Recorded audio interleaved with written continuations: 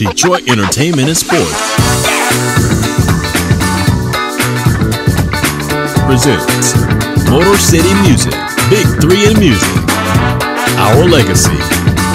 Come ride down memory lane, Black Bottom, Paradise Valley, 20 Grand in Olympia, jazz, blues, and big band sound, Ford Chrysler GM assembly lines. We cruise to the renowned sound of Motor City Music Detroit. Our history, a Detroit entertainment and sports production. All right, let's go. Let's get started.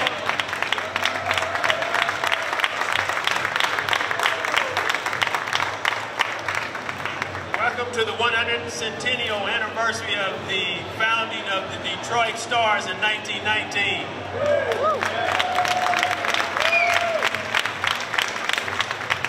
We have some of the greatest ball players from that era who played right here in Detroit. For those of you who I have not met, my name is Larry Lester. I am from Kansas City, home of the Negro Leagues Baseball Museum, and home of the 2015 World Series champions. And we're here to take back that game from last night and the night before.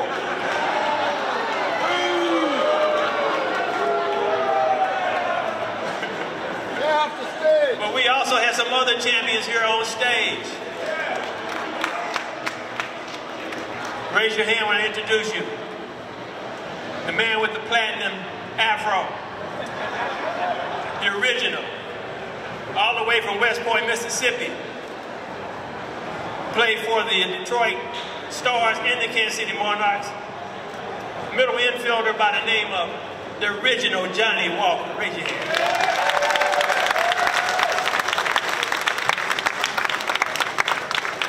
Behind Mr. Walker is a fellow who's struggling to be here. He's from Mississippi, not able to talk very well, but he was a pitcher for the Kansas City Monarchs and Birmingham Black Barons in the mid-50s. Raise your hand, Mr. William Bill Hill.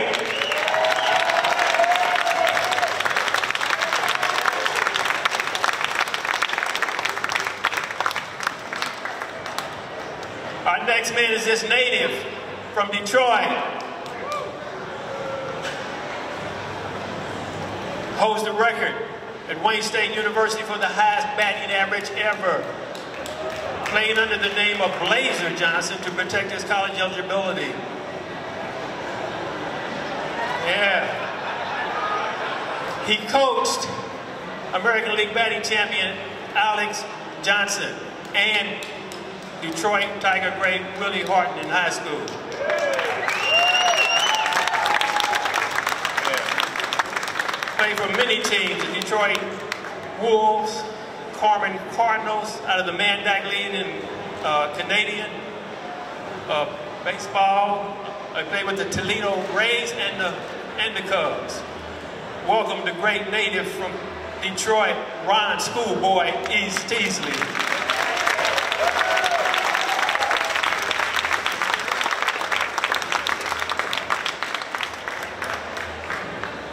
This man right here, graphic artist, great pitcher. Played in the East-West All-Star game. Played with the Detroit Tigers. Indianapolis Clowns. All the way from the island of Cuba. Welcome, Pedro Sierra.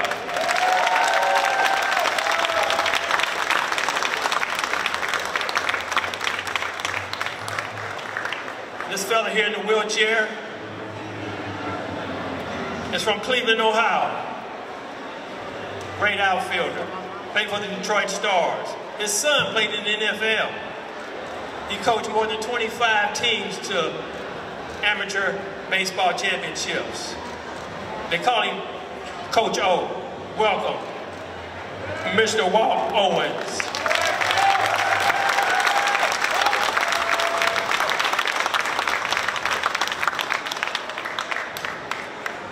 Our next fellow is from Huntsville, Alabama. Pitcher for the Detroit Stars, Birmingham Black Barons. threw a no-hitter, what, 1956? The great Eugene Dick Scruggs.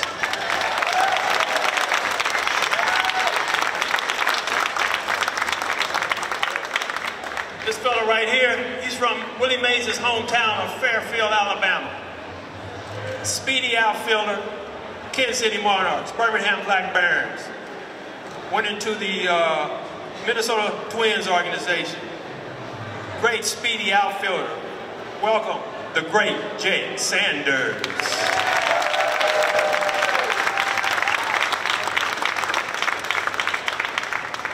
But last and not least, the First Lady of Negro League Baseball from West Point, Mississippi.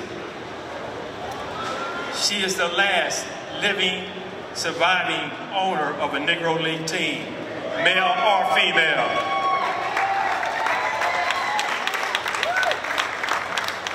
She owned the Detroit Stars in 1956. Please welcome the First Lady of Negro League Baseball, Minnie Forbes.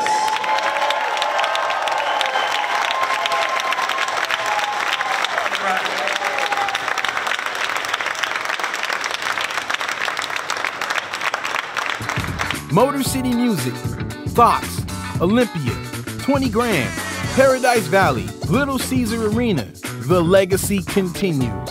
A Detroit entertainment and sports production. So we got a power-packed, all-star, all-time lineup here. And I'm going to ask each of them to tell me about the greatest day in their career, pitching or hitting. Who wants to go first? Everybody got a microphone?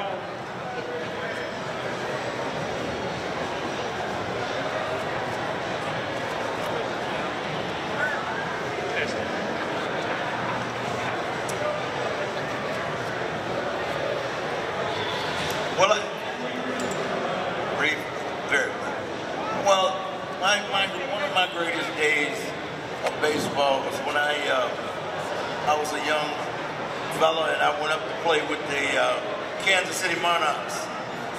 And there was a guy by the name of Satchel Paige.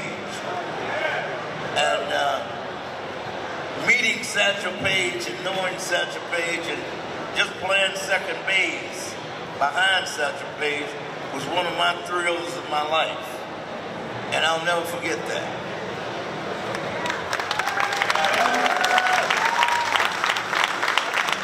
Well, I would first like to make a correction. I did not coach Alex Johnson, this young man here. He was on the staff at Northwestern High School when Willie and Alex played. But I guess my greatest thrill was, I'd say, batting 500 at Wayne State University. Also, I had the pleasure of coaching some very fine young men when I was coaching at Northwestern High School. And also I was able to get a triple against Satchel Paige.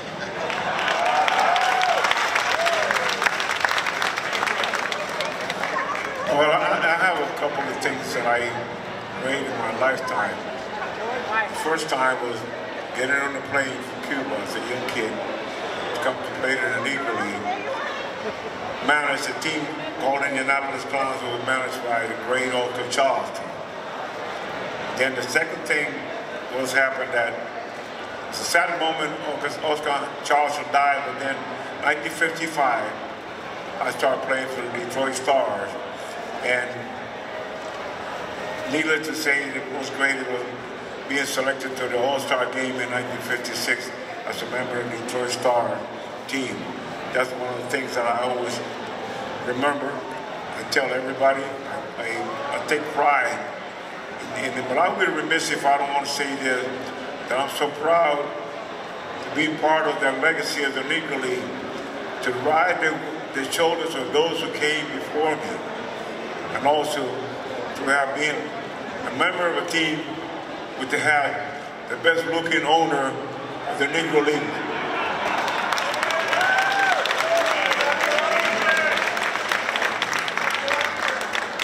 Hello, I'm Walt Owens.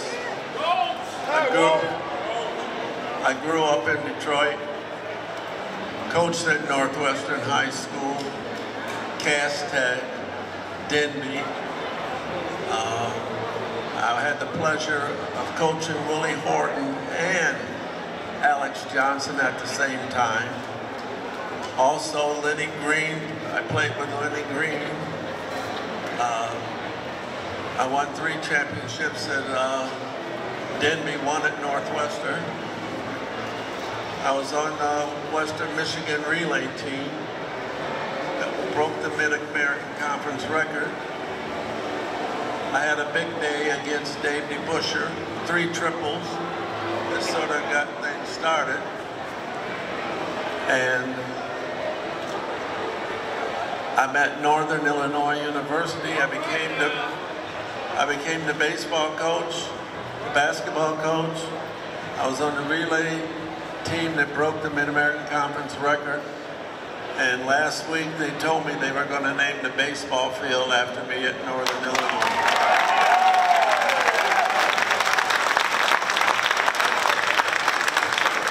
Mr. Scruggs. I'm Eugene Scruggs.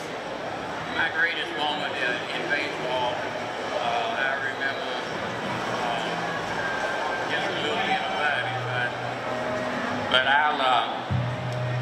pitched my first game in Memphis, Tennessee in 1956, and I won that game with the help of Pedro Sierra.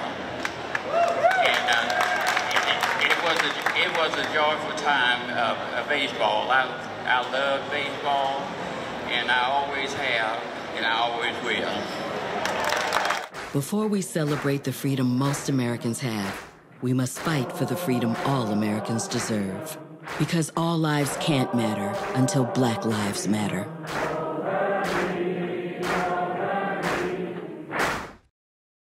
You have bad things going in your life. Understand, Jesus said, let me tell you something. Father, I'll go.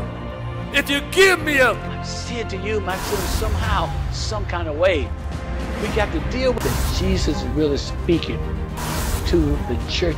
Jesus said, let me tell you something. Father, I'll go. Tell somebody, I can do it. I can do it. I can do it. I can hit a home run for Jesus. Hi, I'm Jake Sanders. My greatest moment in baseball, but you want to believe it, I hope you believe it. The 7 years that I played in the Negro League, for the record can be told, not one game that I didn't get a base hit in. I was noted for speed. I once told Deion Sanders he couldn't run. Deion got mad. So I have challenged Jake Wood for a race whenever he's in shape to run against me. Have a blessed day.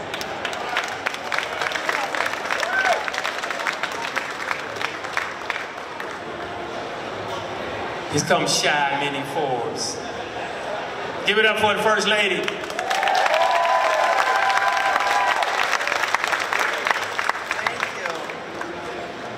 Thank everyone. I feel so honored and so humble to be in the company of these great baseball players for the Negro League. They gave me the opportunity to be with them, to own the team, and to play ball with me being the owner. Let me be their sister, their friend, and I'm so thankful. And I'm so happy to be with them today. And thank you all for following the Negro League. Thank you.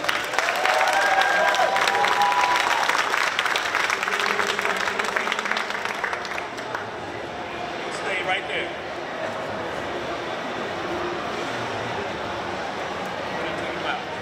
My name is Bill Hill. I play a lot of ball with all these guys. Hold it up to your mouth.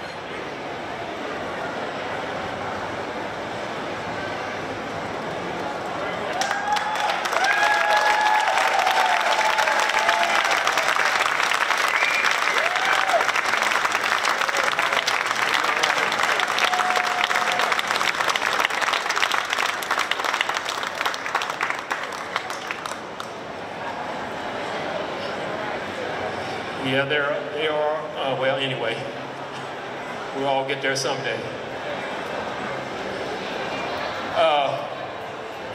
Talk briefly, very briefly about the greatest ball player you ever played with or against.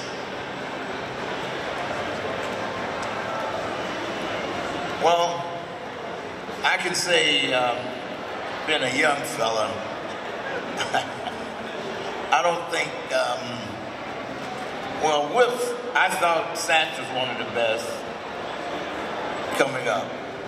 And I did play in high school, and I played semi-pro against a guy by the name of Mickey Stanley. He played for the Detroit Tigers. I thought he was very, very good.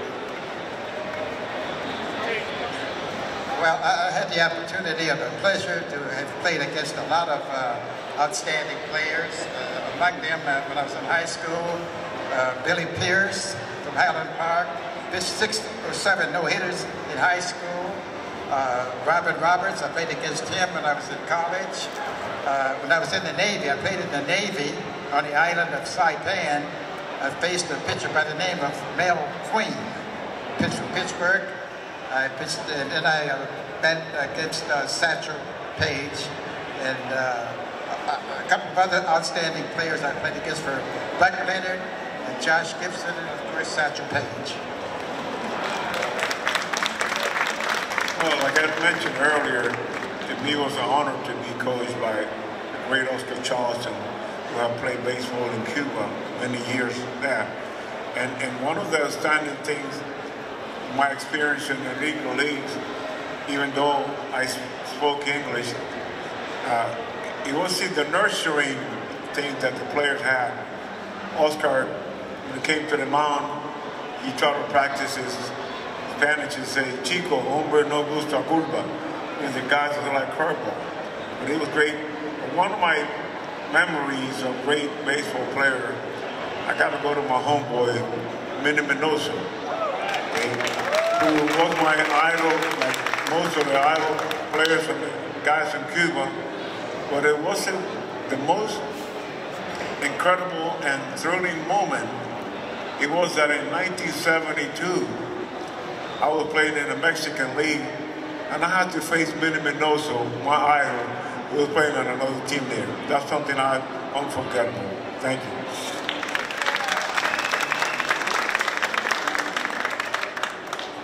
My moment was, I was going to Western Michigan at the time, got asked to play against Satchel Paige with Benton Harbor All-Stars. So I got a bloop double, and I never knew why Satchel was pitching for the Benton Harbor team. Years later, they would tell me that he would pitch for anybody that would pay him.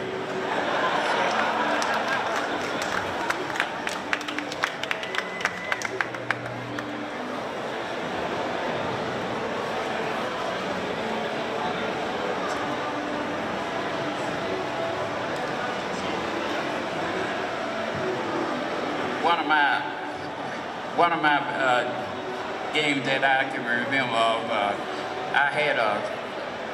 I was born with six brothers, and we, like the 2 other fellows, were making up a team, and so we used to go get the neighbor next door to help us out, and so we enjoyed playing the game of baseball, and my 6 brothers, they all it's gone now, so I'm the last one that left, and I remember them having a joyful time with them.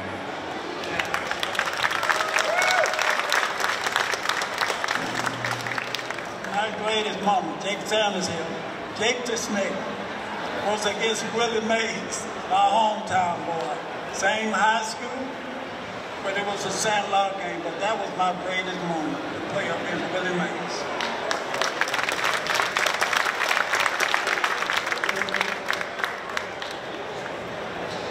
see all the players tell how they played ball and everything. And of course, I did get an opportunity to play with the Kansas City Monarchs, but not regular time, just part-time. So all these players, as I said, make me feel so important, and they are courageous, and they made a permanent impact in the world. Thank you.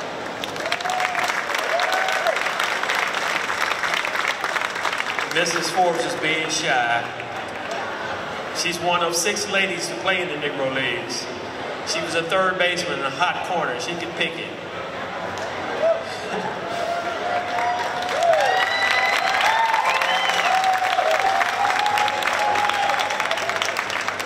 Not only did she play third base, she drove the team bus. She handled the books, the financials for her uncle, Ted Raspberry. So when it came time to select a new owner, there was only one person for that job. Minnie Forbes.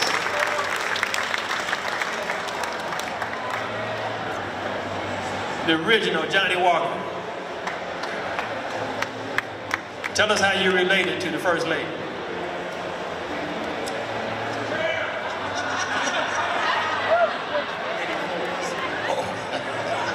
Oh, I thought he said my cousin. Well, Minnie is my cousin. Her mother's my aunt. And it's a big family. She's the brother of Ted Raspberry. Ted Raspberry was my uncle. And we're both from West Point, Mississippi. And that's how we're related. But you want to know one thing about Minnie. When she was young, as you said, back in the day, she could pick it, bar none.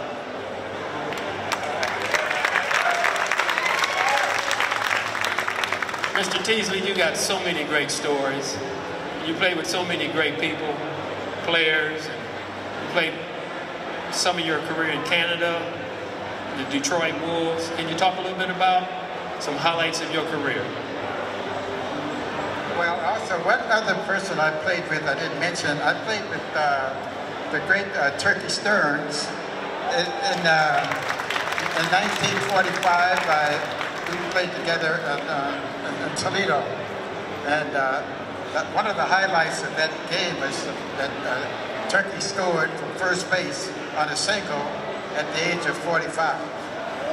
And we also went on a trip together to play games in Arkansas, Mississippi, and Louisiana. And he didn't play, but he was our coach. I also had a chance to play a lot of baseball in Canada. It was a lot of fun playing in Canada. The people were really nice. We had a fairly good team. We didn't win any championships, but it was a great thrill playing in Canada. An experience I will never forget. Mr. Teasley, you mentioned that one of the greatest hitters in Negro League history, Turkey Stearns. I'd like to recognize his daughters in the audience tonight, Rosalind Stearns and Joyce Stearns.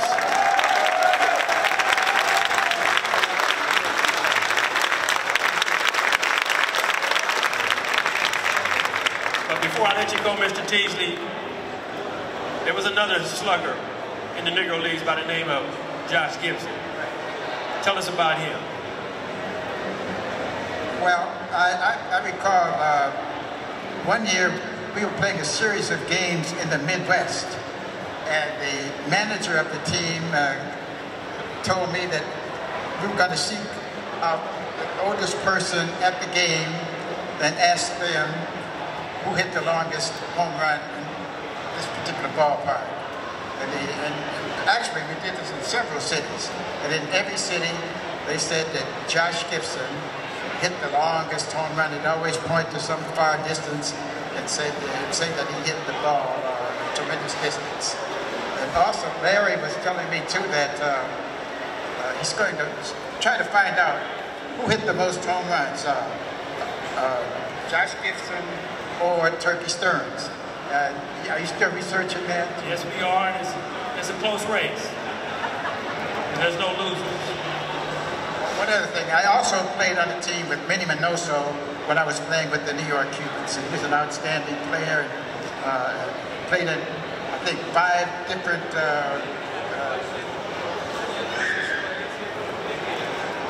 decades. Five different decades. Seven decades. Wow, it's tremendous.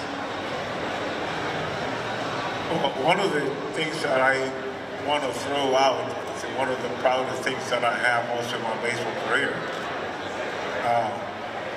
I became the last Negro League player signed by a Major League club in 1970. And the Washington Senators signed me after a tryout in Washington, D.C. They're also the one who was signed, but also went to spring training for the Washington Senators for about 5 weeks. And I was had an argument with one of the Negro League players that in 2008, they was drafted as an honor, and the guy said, I was drafted in 2008. I said, but you didn't go to spring training. Okay?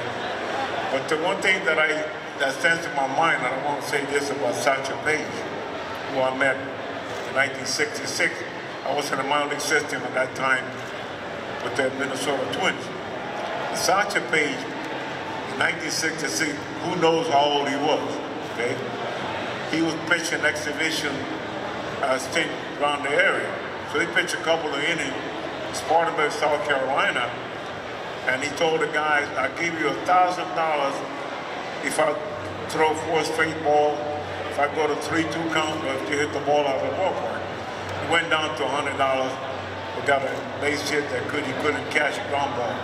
But they were sitting in the dugout talking about Satchel Paige's concept of pitching is never pitch a man to his power. I mean, if he hit the inside pitch, don't pitch him in there.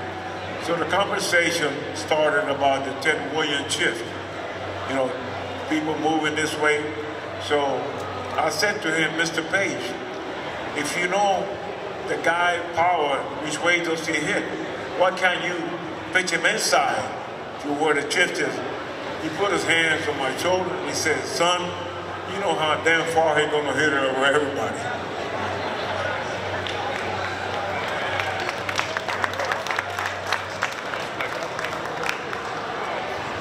I'd be remiss not to mention Ron Teasley. I was in elementary school and my cousin was playing on the basketball team with Ron, and we traveled to all these games, and I got to carry his bag. Later in life, he sent his sons to me at Denby to play under me. They went to college, and I was talking about Satchel Paige. He was playing with the House of David, and I didn't know why he was playing with the House of David, but it was about the money. So let's hear it for the original Johnny Walker. Bill Hill, the great Jake Sanders, Eugene Scruggs, Coach Walt Owens, Pedro Sierra, Ron Teasley, and our First Lady, Minnie Forbes. DJ